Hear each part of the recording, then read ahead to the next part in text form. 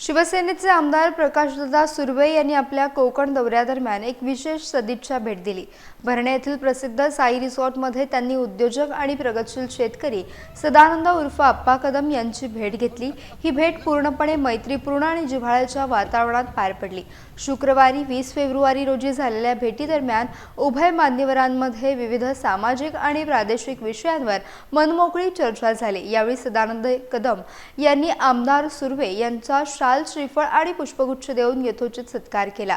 राजकीय आणि सामाजिक क्षेत्रातील या दोन दिग्गज व्यक्तिमत्वांच्या एकत्र येण्याने परिसरात चर्चेला उधाण आलंय। या भेटीमुळे दोघांमधील जुने स्नेहबंध अधिक दृढ झाल्याचं पाहायला मिळतंय।